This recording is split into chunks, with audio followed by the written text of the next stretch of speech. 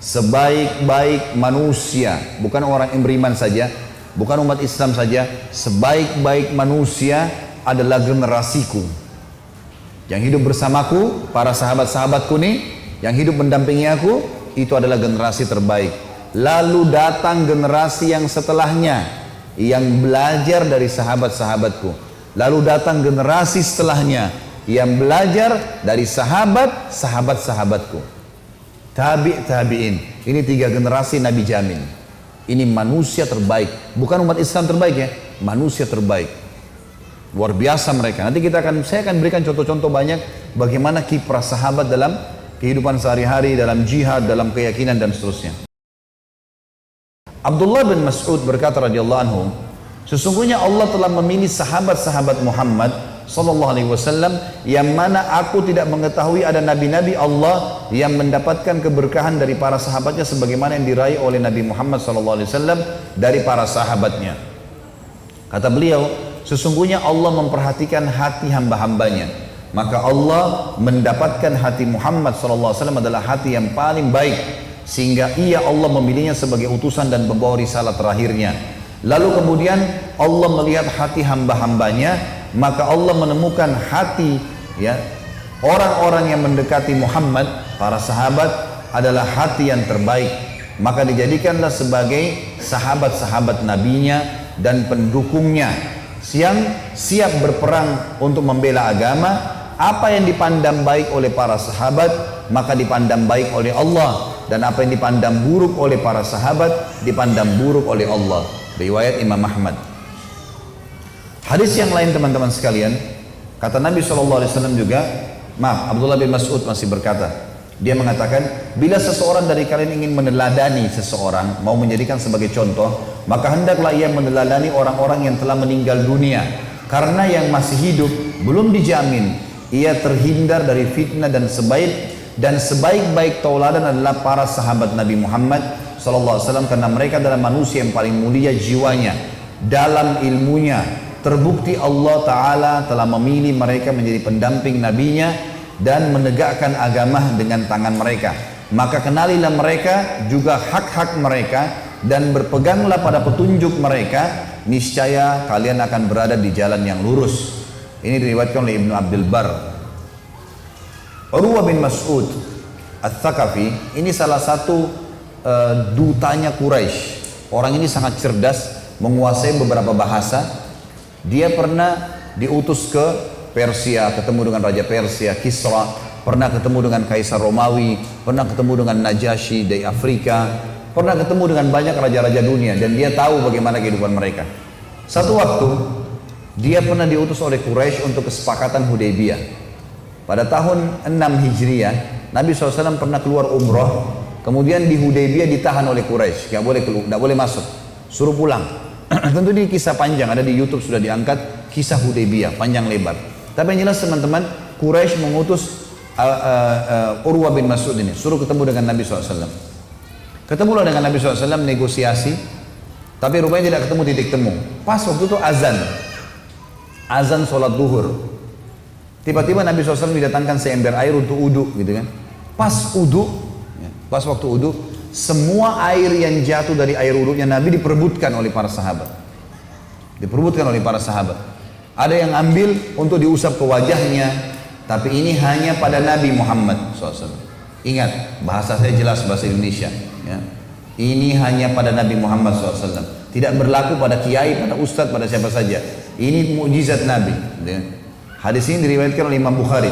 Kata dia, waktu lihat sahabat-sahabat berebut air wuduknya Nabi, gitu kan. Kemudian begitu menghormati Nabi, tidak berani mematap wajahnya Nabi. Urwah ini pulang ke kaumnya, ke orang-orang Quraisy, lalu dia bilang begini, wahai kaumku, demi Allah, sungguh aku telah mendatangi raja-raja dunia, aku telah melihat Kaisar Romawi, aku telah melihat Kisra Persia, aku telah menemui Najasyi Ethiopia. Tidak seorang pun dari mereka yang diagungkan oleh sahabat-sahabatnya sebagaimana sahabat Muhammad mengagungkan Muhammad. Demi Allah, bila Muhammad mengeluarkan dari mulutnya air tadi, bekas wudu atau apa, maka para sahabatnya memperebutkannya, lalu menggosoknya pada wajah juga bajunya. Jika Muhammad memerintahkan sesuatu, mereka segera melaksanakan. Jika Muhammad berwudu, maka mereka hampir para sahabat berkelahi dalam memperebutkan tetesan air wudunya. Jika salah seorang dari mereka berbicara di hadapan Muhammad, maka ia mengecilkan suaranya dan ia tidak berani menatap wajah Muhammad karena pengagungan dalam jiwanya. Ini generasi sahabat yang menghormati Nabi Muhammad SAW. Tentu yang kita ingin diberatkan sini adalah penghormatan mereka terhadap Nabi ya. Allah Subhanahu wa taala memuji para sahabat ini dalam Al-Qur'an, dikekalkan. Dan ternyata sahabat-sahabat Nabi ini sudah disebutkan dalam Taurat dan Injil. Bukan baru mereka. Jadi orang-orang terdahulu sudah tahu ada Nabi terakhir, nanti ada teman-temannya cirinya begini dan begitu. Coba yang punya Al-Qur'an buka ya, buka surah Al-Fatih. Surah nomor 48 ayat 29. Surah nomor 48 Al-Fatih ayat 29. Ayat terakhirnya ini. Al-Fatih ayat terakhir. Karena ini cuma 29 ayat ya. A'udzu billahi minasyaitonir rajim. Muhammadur Rasulullah. Muhammad benar-benar utusan Allah, enggak ada keraguan. Lalu Allah walladzina ma'ahu, dan orang-orang yang bersama dengannya, sahabat-sahabatnya.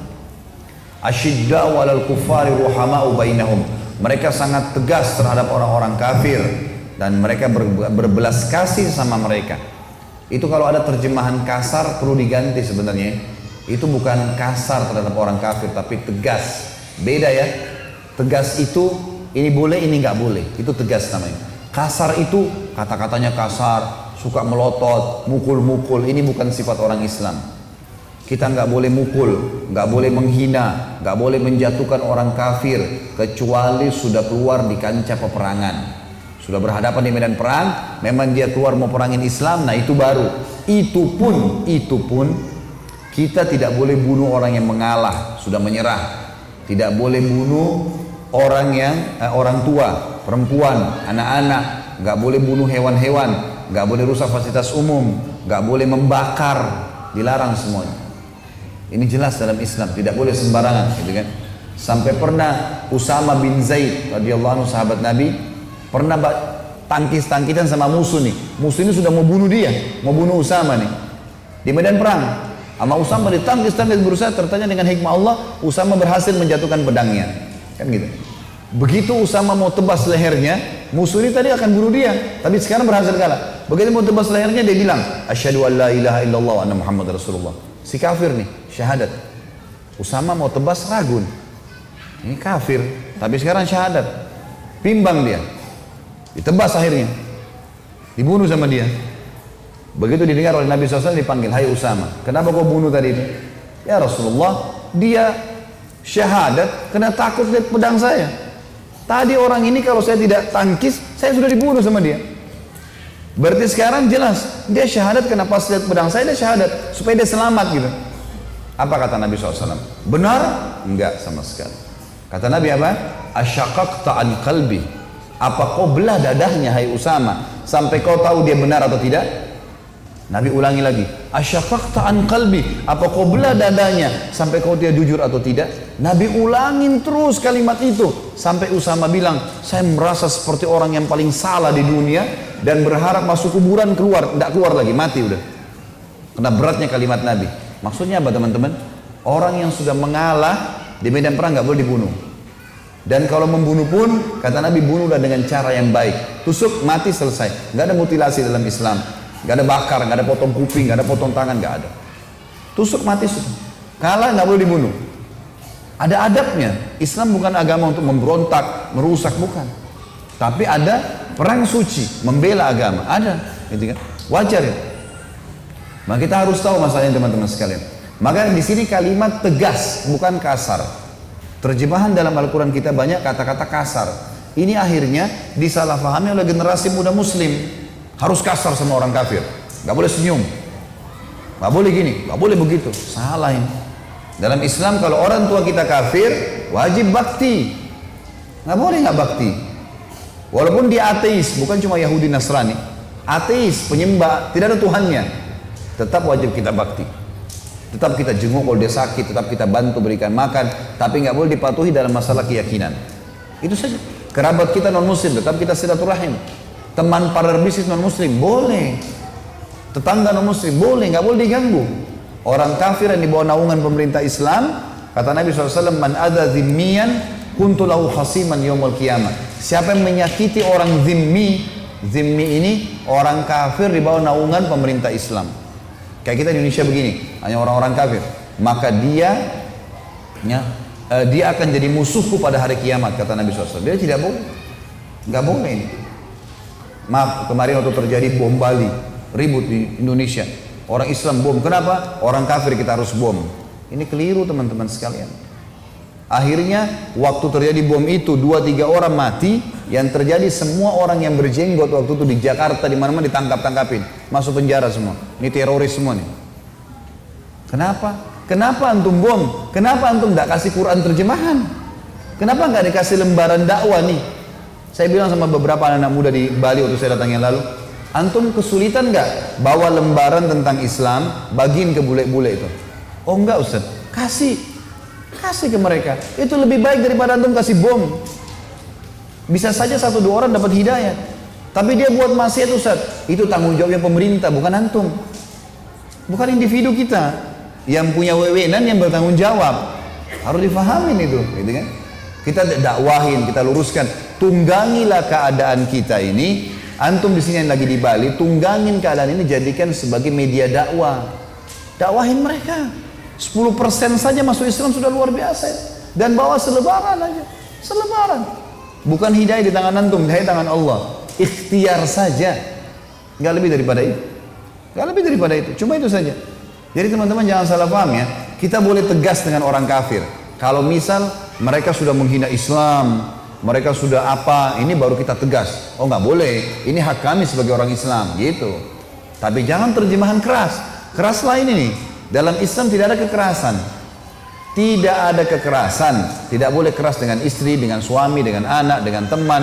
Tidak boleh keras. Keras ini apa? Kata-katanya nggak enak.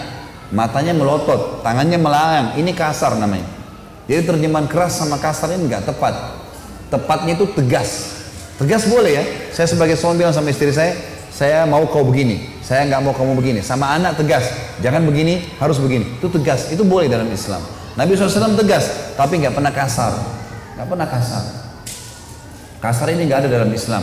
Jadi terjemahan di sini teman-teman sekalian, kalian akan melihat mereka para sahabat Nabi itu tegas terhadap orang-orang kafir. Itu tegas. Ini boleh, ini nggak boleh. Oh ini prinsip agama kami. Kalian perangi, kami perangi, gitu loh. Dan mereka berkasih sayang di antara mereka. Sifatnya para sahabat Allah sebutkan dalam Al-Quran. Tarahum ruk'an. Kalian selalu lihat mereka ruku, sujada, selalu sujud, ibadah kepada Allah. Itu cirinya. Yabtaguna fadlan minallahi wa ridwana. Karena mereka selalu mengejar, mencari karunia Allah dan keridhaannya. Selalu mau cari surga. Simahum fi wujuhim min atharis sujud. Di wajah mereka kalian akan temukan tanda-tanda sujud. Tanda sujud itu berarti di dahi memang. Kenapa? Karena kata Nabi SAW dalam hadis, aku diperintahkan sujud dengan 7 anggota tubuh. Dahi sama hidung 1, 2 telapak tangan, 2 lutut, 2 kaki. Itu wajar orang sujud, ada tanda sujudnya. Sahabat itu terkenal semua dahinya mereka hitam, gitu kan? Kata Allah di sini, kalian melihat di wajah mereka ada tanda bekas sujud. Dzalika mathaluhum fit Taurat. Sahabat-sahabat Nabi itu terjemahannya ya, sudah disebutkan dalam Taurat. Wa mathaluhum fil Injil, dan disebutkan juga dalam Injil. Kazar'in akhraja syat'ahu fa'azarahu fastagladza fastawa ala suqi. Seperti biji pohon ditanam, tumbuh jadi tunas, lama-lama nanti jadi besar dan kuat. Yu'jibuz zurra'a liyagidha bihimul kuffar. Yang nanti kalau sudah besar pohon itu, sudah mulai berbuah, akan membuat penanam-penanamnya bangga, senang. Kata Allah, tujuannya Allah membuat kader-kader sahabat ini agar membuat hati-hati orang kafir itu jengkel. Mereka harus meninggalkan kekufuran mereka. Wa'adallahu alladhina amanu wa amilus salihati minhum maghfiratan wa ajran azima. Allah menjanjikan bagi generasi sahabat ini yang sedang dipuji tadi bersama Nabi SAW, orang-orang yang beriman dan beramal soleh di antara mereka pengampunan dan pahala yang besar. Inilah generasi emas Islam, para sahabat Nabi. Siapapun yang mencontohi mereka masuk dalam generasi emas Islam. Para sahabat merupakan generasi emas Islam adalah mereka jenis manusia teristimewa. Tidak akan pernah ada manusia lagi setelah mereka yang terbaik setelah Nabi-Nabi alaihi wassalatu wassalam. Mereka yang telah beriman pada Nabi Muhammad SAW sementara belum ada fasilitas teknologi seperti zaman sekarang. Mereka lah yang telah berjuang sehingga Islam sampai ke tangan saya dan teman anda semuanya. Kalau bukan karena sahabat nggak bakal sampai ke kita. Kita nggak bakal tahu ini Islam. Mereka korbankan hartanya, jiwanya dalam agama dengan dari tangan-tangan mereka ini pula lah. Dari tangan-tangan mereka ini pula lah lahir generasi-generasi emas berikutnya sampai hari kiamat. Generasi yang merupakan pasukannya sang pencipta. Kita ini beriman sama Allah, kita ini sekarang pasukannya Allah yang menciptakan langit dan bumi, asas tauhid tadi. Ini luar biasa, kita bukan pasukannya raja-raja tertentu manusia, kita pasukan dari langit. Pemimpin di muka bumi dan saksi bagi seluruh umat manusia di hari kiamat. Allah berfirman dalam surah At-Taubah, surah nomor 9 ayat 89 sampai ayat 88 sampai 89. Teman-teman yang punya Quran, setiap saya sebutin ayat dibuka ya, sekalian tadabbur. Itu penting sekali supaya kita tahu oh ternyata betul nih ada dalam Al-Quran. Allah berfirman surah At-Taubah surah nomor 9 ayat 88 sampai 89. A'udzu billahi minasyaitonir rajim.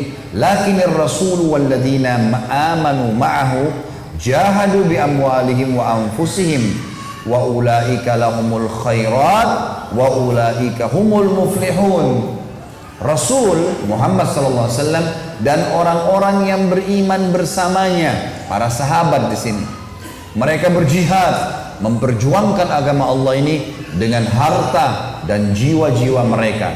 Mereka itulah orang-orang yang terbaik, mendapatkan khairat, kebaikan-kebaikan, generasi emas, dan mereka lah orang-orang yang beruntung. A'addallahu lahum jannatin tajri min tahtiha al-anharu khalidina fiha. Allah menjanjikan buat mereka para sahabat ini surga-surga yang mengalir di bawahnya sungai-sungai dan mereka kekal di dalamnya. Dzalikal fawzul azim. Itulah kemenangan yang tidak terhingga. Teman-teman sekalian, Allah Subhanahu wa taala menjelaskan kepada kita tentang kedudukan sahabat ini melalui lisan Nabi Muhammad sallallahu alaihi wasallam. Nabi SAW bilang mereka adalah pendukung Nabi, mereka adalah penolong Nabi, dan mereka punya hubungan kerabat dengan Nabi. Ini nggak gampang.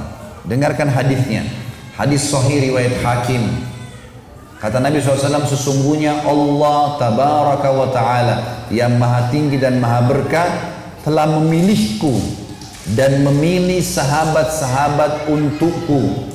Kemudian dia Allah menjadikan dari mereka, dari sahabat-sahabat itu, untukku para pendukung, penolong, dan orang-orang yang terikat tali pernikahan denganku.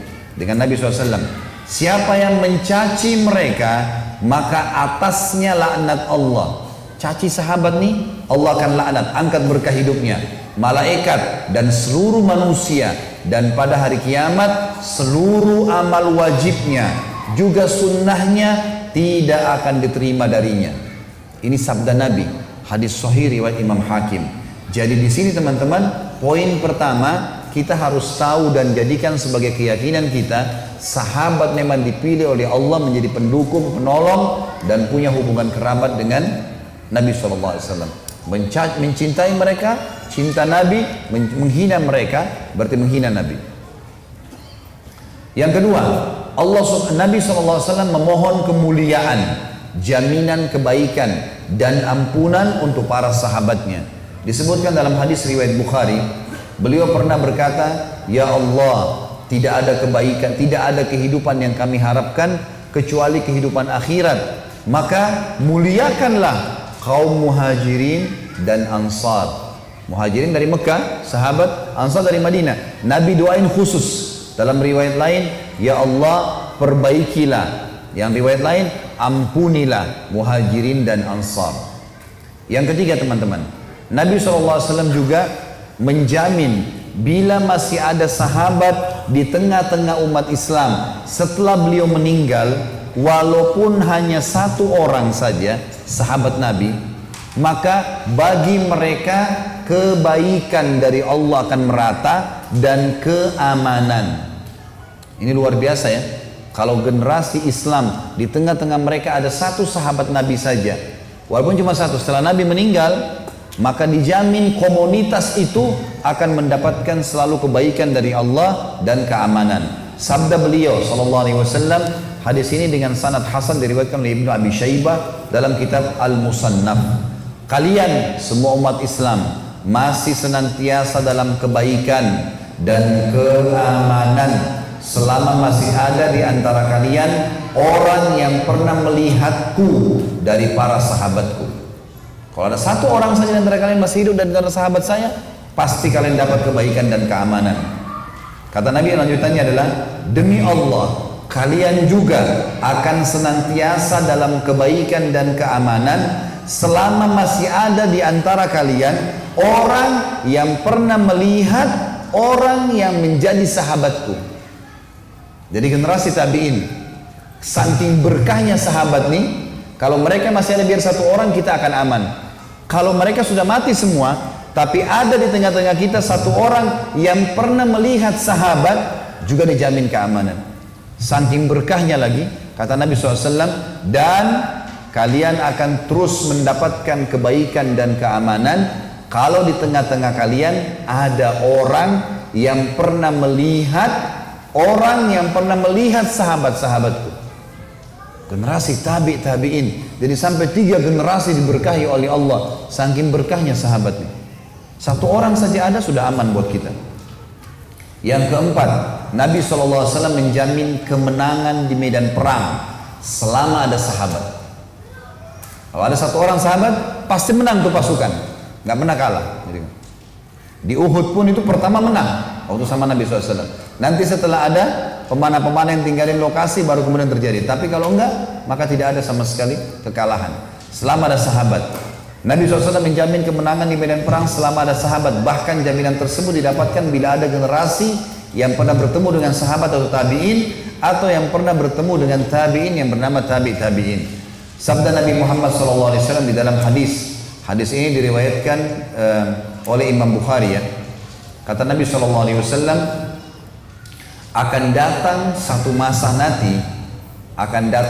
nanti setelah aku meninggal, kata Nabi, kalian akan menghadapi peperangan, pergi berjihad. Nabi sudah meninggal nih. Lalu mereka di pasukan itu saling bertanya, apakah ada di pasukan yang pernah menyertai Nabi SAW? Ini di pasukan sekarang ada sahabat nggak? Lalu mereka menemukan satu orang saja, sahabat. Maka Allah berikan kemenangan karena satu orang itu, satu sahabat itu. Lalu kata Nabi SAW, kemudian datang nanti masa di mana sahabatku sudah mati semua. Lalu kalian sekelompok dari kalian pergi berjihad. Lalu mereka berkata, apakah ada di pasukan orang yang pernah menjadi sahabatnya Rasulullah? Tabi'in. Ada nggak di sini di medan perang? Mereka temukan satu orang tabi'in yang pernah bertemu dengan sahabat Nabi. Maka Allah berikan mereka kemenangan karena satu orang itu. Dan akan datang nanti lagi generasi setelah itu berperang. Lalu mereka berkata di medan perang, ada nggak di dalam pasukan ini orang yang pernah menjadi sahabatnya sahabat-sahabatku? Tabi'in. Mereka temukan satu orang, maka Allah pun berikan kepada mereka kemenangan. Ini hadis sahih riwayat Bukhari. Saking berkahnya sahabat tuh. Yang kelima teman-teman sekalian, Nabi Muhammad SAW menjadikan kesaksian sahabat adalah sesuatu yang terjadi. Kesaksian mereka. Kalau sahabat bilang ini orang baik tuh. Sahabat bilang buruk. Ini bukan perkataan saya, dengarkan baik-baik. Hadis riwayat Imam Bukhari Muslim. Kata Nabi SAW kepada para sahabatnya, siapa yang kalian, wahai para sahabat-sahabatku, sebutkan kebaikan baginya, maka ia akan mendapatkan surga. Dan siapa yang kalian sebutkan keburukan baginya, maka ia akan masuk neraka. Kalian semua hai sahabatku adalah saksi-saksi Allah di muka bumi. Kalian adalah saksi-saksi Allah di muka bumi. Ini sabda Nabi semua ya. Sudah 5 poin kelebihan sahabat. Ini sangat luar biasa bentrok dengan keyakinan orang Syiah yang mencaci maki sahabat. Siapa mereka yang mau caci maki sahabat? Generasi yang sudah bertemu dengan Nabi, ketemu Nabi sudah luar biasa. Bagaimana bisa dia caci maki nih? Dan Nabi sudah ingatkan, ikuti satu persatu ya. Yang keenam, Nabi SAW menjamin karena generasi emas umat ini ya, adalah para sahabat. Kata Nabi SAW dalam riwayat yang diriwayatkan Imam Bukhari Muslim juga, generasi emas umatku adalah generasi yang bersamaku, sahabat. Kemudian disusul lanjutnya generasi emas itu dengan orang yang datang setelah mereka, tabi'in. Lalu dilanjutkan generasi emas ini dengan yang datang setelahnya. Jadi 3 generasi ya, sahabat, tabi'in. Baik, kata Nabi SAW, setelah itu akan datang dari kaum muslimin, dari kalian, setelah mereka habis nih, yang memberi kesaksian padahal tidak diminta darinya. Salah, tapi dia saksi, dukung orang. Kayak sekarang banyak orang di pengadilan, orang salah dibela. Padahal orang Islam sudah tahu, nggak boleh dukung loh orang salah. Salah. Istri ke anak ke suami ke salah. Hukum. Banyak orang tua ini salah nih. Anaknya narkotika, bebaskan lagi dari penjara. Jangan, biarin dihukum. Biar dia kapok gitu. Nggak boleh. Dilepasin dia buat lagi, nyusahin lagi. Kata Nabi SAW, ada umat Islam nanti memberikan kesaksian padahal tidak diminta. Dan dia tahu itu salah. Berkhianat dan tidak punya amanah. Bernazar namun tidak memenuhinya. Dan kegemukan kelihatan pada mereka. Karena mereka menjauhi generasi sahabat ini. Ini sudah dijelaskan dalam hadisnya. Ternyata menjauhi generasi sahabat ini tidak mengikuti mereka sebagai contoh, membuat kita jadi konyol semua, jauh dari agama. Karena mereka generasi awal Islam ini. Yang ketujuh teman-teman sekalian, dan poin terakhir tentang harus diperhatikan dari para sahabat, Nabi SAW memerintahkan agar menjaga para sahabatnya. Gak boleh kita caci, harus kenang kisah-kisah mereka, ambil pelajaran dari kehidupan mereka. Kata Nabi SAW begini, jagalah kemuliaan ajaranku, jagalah kemuliaanku dan ajaranku dengan menjaga kemuliaan dan ajaran para sahabatku. Kalimat yang jelas ya, jagalah kemuliaanku dan ajaranku dengan menjaga kemuliaan sahabatku dan ajaran para sahabatku. Juga orang-orang yang datang setelah mereka langsung, tabi'in, dan orang-orang yang datang setelah mereka, tabi'in. Hadis ini sahih riwayat Ibnu Majah. Artinya memang teman-teman, kalau kita mau jaya, kita mau menjadi generasi emas benar, menjadikan tauhid sebagai asas agama, Rasulullah SAW ikutan kita, harus kita ikuti yang ketiga, sahabat menjadi idola kita. Sahabat ini yang kita jadikan sebagai patokan. Untuk lebih jauh kita akan tutup tema kita teman-teman sekalian dengan kisah-kisah heroik para sahabat. Karena ada beberapa poin yang saya jelaskan setelah itu, tapi yang jelas kisah heroik ini penting. Teman-teman sekalian, kisah heroik ini cukup banyak ya. Tapi diantaranya adalah, saya kalau tidak salah pernah saya sampaikan kisah kalau tentang Abu Bakar ya. Sudah pernah itu hari pertemuan yang dulu ya di Bali yang saya sampaikan tentang kisah Isra Mi'raj bersama Abu Bakar. Ya. Kita masuk ke kisah Umar.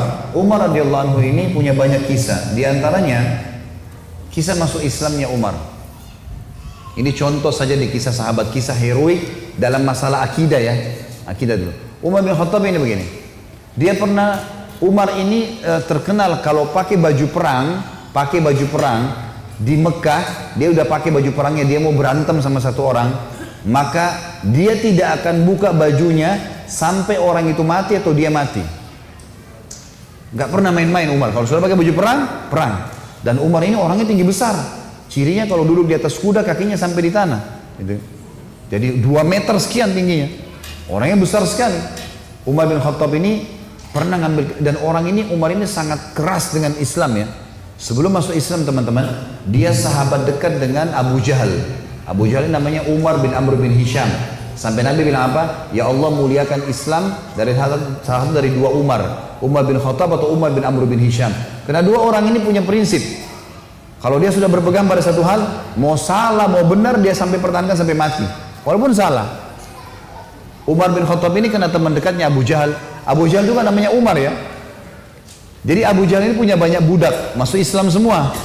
Di antaranya kan ada Yasir, Ammar, Sumayyah, yang Yasir sama Ammar, Yasir sama Sumayyah mati syahid pertama dalam Islam. Itu kalau Abu Jahal lagi nyiksa budaknya, Umar bin Khattab datang ikut nyiksa. Jadi saking bencinya sama Islam itu.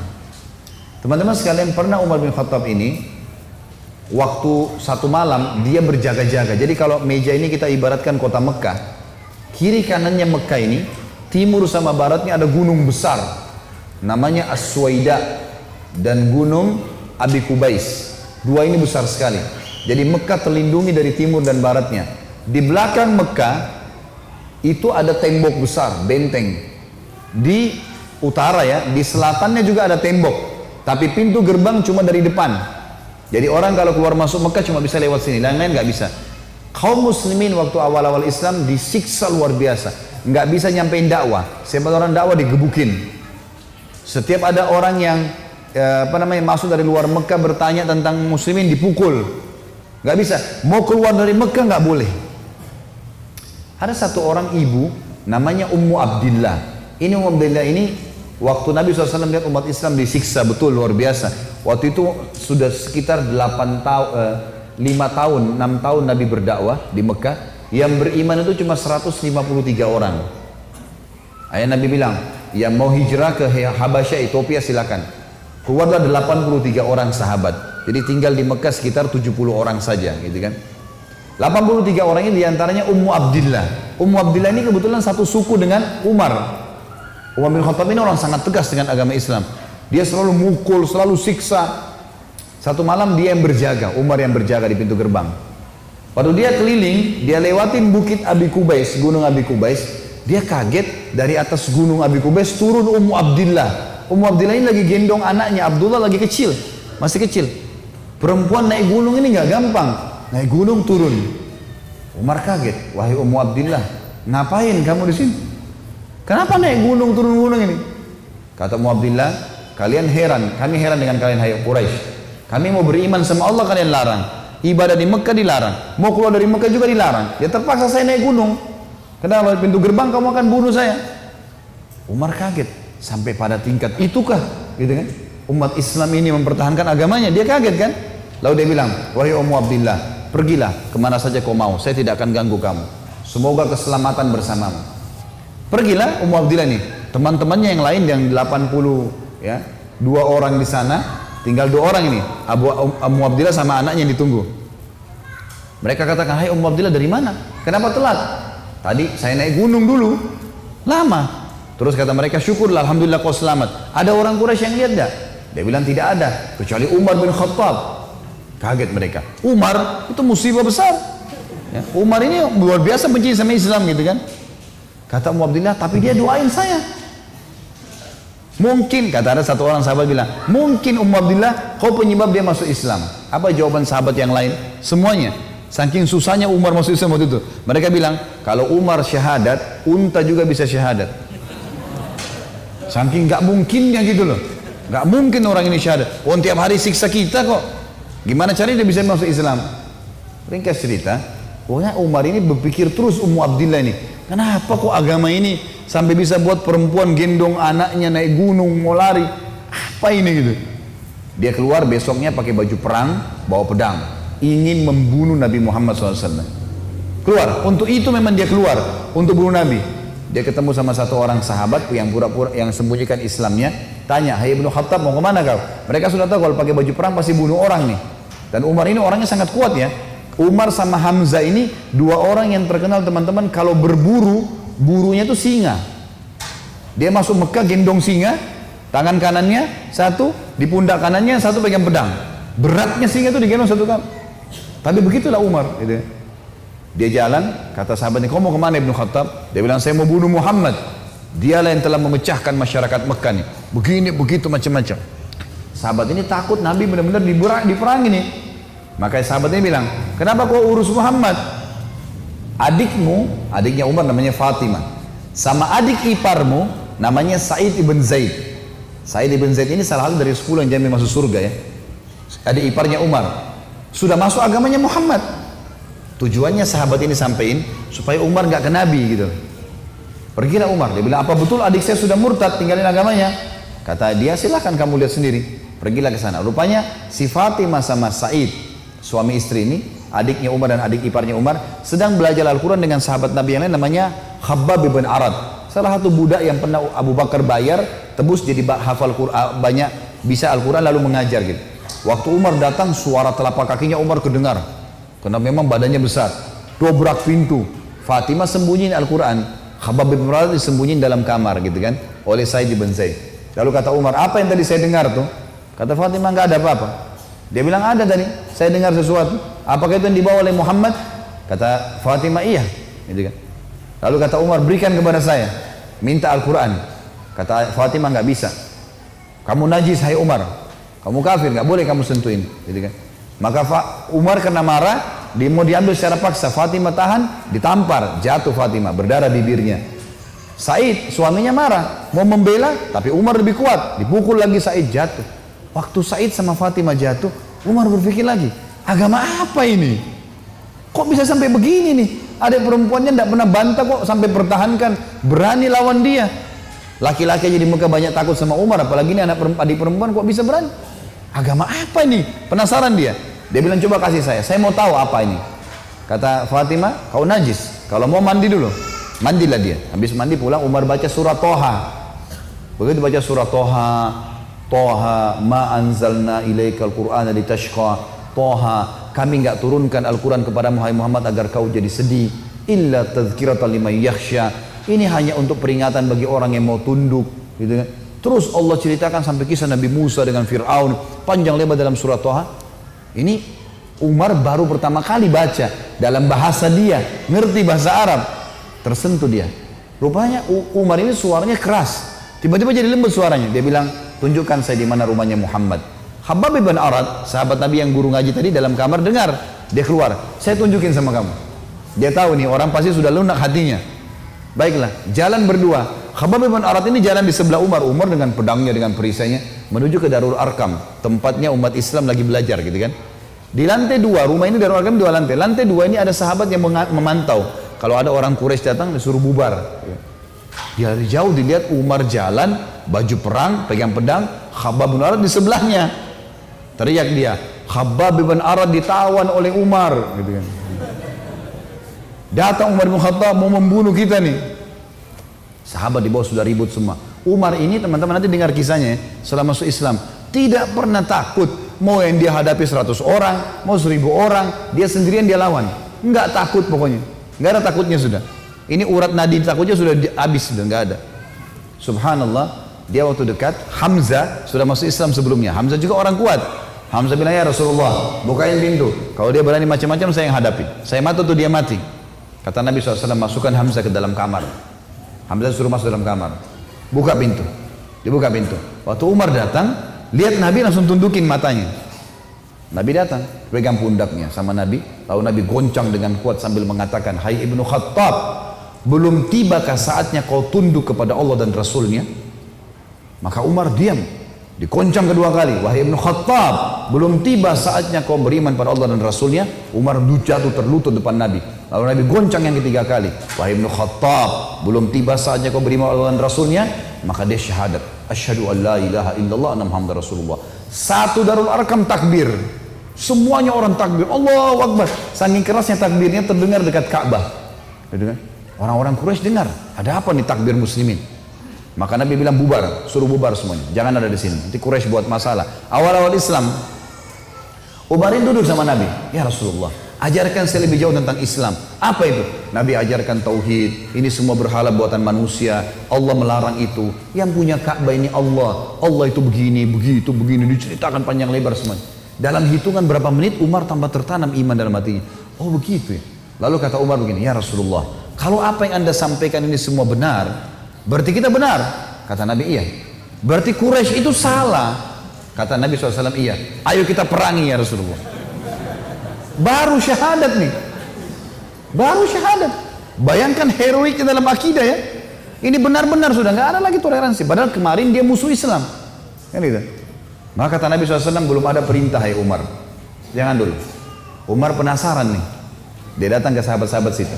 Siapa yang paling benci kalian selain saya dulu? Umar tahu dirinya paling benci kan? Siapa di antara Quraisy yang paling benci kalian selain saya? Kata mereka, sahabatmu Umar bin Amr bin Hisham, Abu Jahal. Umar keluar, nggak banyak ngomong, keluar ke rumahnya Abu Jahal. Ketuk-ketuk pintu. Abu Jahal buka pintu, langsung dia mau peluk Umar. Selamat datang saudaraku. Umar bilang sebentar. Ya. Kamu udah tahu belum wahai Abu Hakam? Abu Hakam julukan di Mekah. Abu Hakam ini orang bijaksana karena dia raja Mekah kan. Apa ya Ibnu Khattab? Dia bilang asyhadu an la ilaha illallah wa anna Muhammad Rasulullah. Abu Jahal kaget, dibantingin pintu. Tabban lak, kecelakaan buat kamu gitu. Kaget dia, Umar masuk Islam. Ini gak sembarangan ini. Umar kembali lagi ke Darul Arkam. Siapa orang Quraisy yang tidak bisa simpan rahasia? Kata mereka, maaf kalau ada yang namanya sama di sini ya. Ini secara tidak sengaja mungkin. Kata orang sahabat-sahabat Nabi, Jamil bin Muammir. Jamil bin Muammir ini orang apa ya? Kalau kita sekarang televisinya manusia kali ya. Nggak bisa simpan rahasia. Apapun informasi, mau benar mau salah disampaikan sama dia. Ini sama radio. Kata Abdullah bin Umar, saya ikuti ayah saya. Rupanya ayah saya mencari Jamil tuh. Di mana Jamil nih? Jamil lagi duduk depan Ka'bah, lagi ngelihat keadaannya orang. Ini cari gosip apa nih yang bisa disebarin. Orang yang gitu. Umar datang duduk sebelahnya. Hai Jamil, udah tahu informasi baru? Kata Jamil, apa itu? Asyhadu an la ilaha illallah wa anna Muhammad Rasulullah. Kata Abdullah bin Umar, demi Allah Jamil nggak lihat wajah ayah saya. Berdiri, naik di atas batu tinggi. Hai Quraisy, Umar sudah murtad. Teriak langsung. Orang-orang Quraisy datang. Hai Umar, kau sudah murtad? Umar bilang tidak, tapi asyhadu an la ilaha illallah wa anna Muhammad Rasulullah. Ini orang dulu ini musuh besar sama Islam nih. Lihat sekarang bagaimana dia perjuangkan heroiknya dalam masalah akidah. Benar-benar, gak ada cerita yang lain. Lalu kata dalam kisah ini dikatakan orang-orang Quraisy mengeroyoki Umar. Belasan orang berantem sama Umar dari pagi sampai maghrib. Berkelahi sama Umar. Begitu Umar sudah capek maghrib, ditangkap satu tokoh masyarakatnya, siapa di situ kepala suku yang ikut-ikutan, dipegang sama Umar, dibanting ke tanah, didudukin dadanya, ditusuk matanya. Kata Umar, kalau kau tidak suruh mereka bubar, matamu saya butain. Ini biar Umar lagi digebukin, pokoknya satu orang ini. Ini kepala suku teriak, hai Quraisy, lepasin, Umar gila mau butain mata saya. Lepas.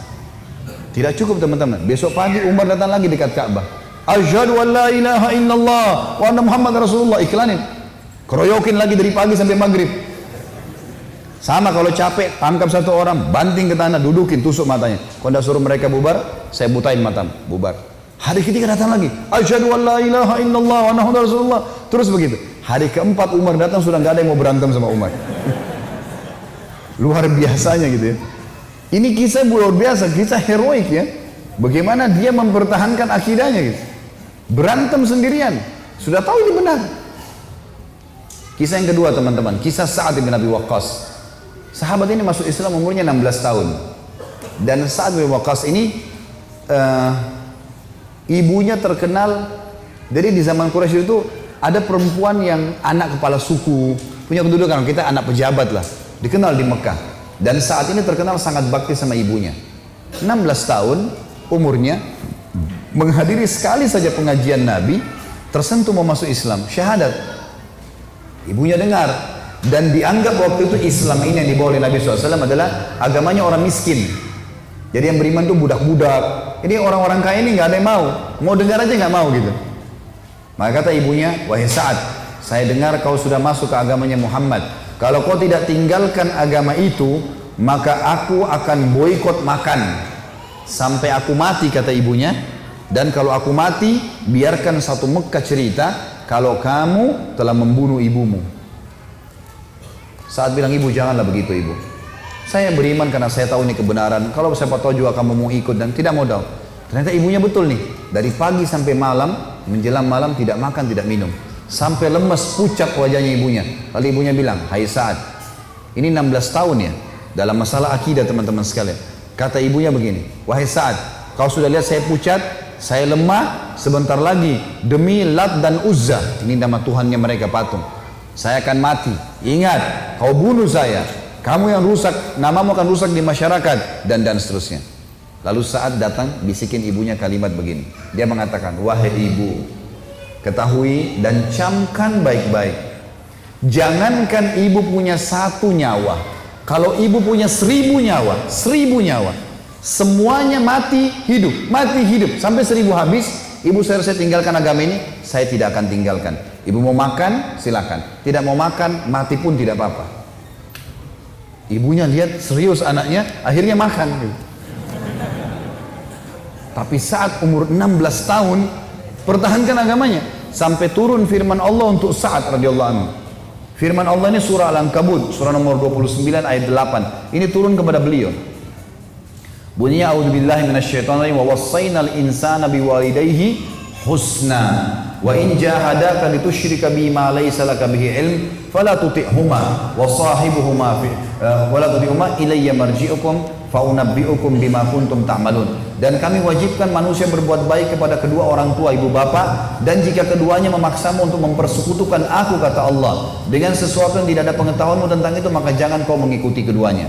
Bakti sama orang tua kafir silakan, tapi jangan pernah melanggar masalah akidah. Tetap Allah Tuhan, hanya kepadakulah kalian akan dikembalikan, lalu aku kabarkan kepada kalian apa yang kalian kerjakan. Inilah teman-teman sekalian kisah berhubungan dengan masalah akidah. Masih ada waktu nggak?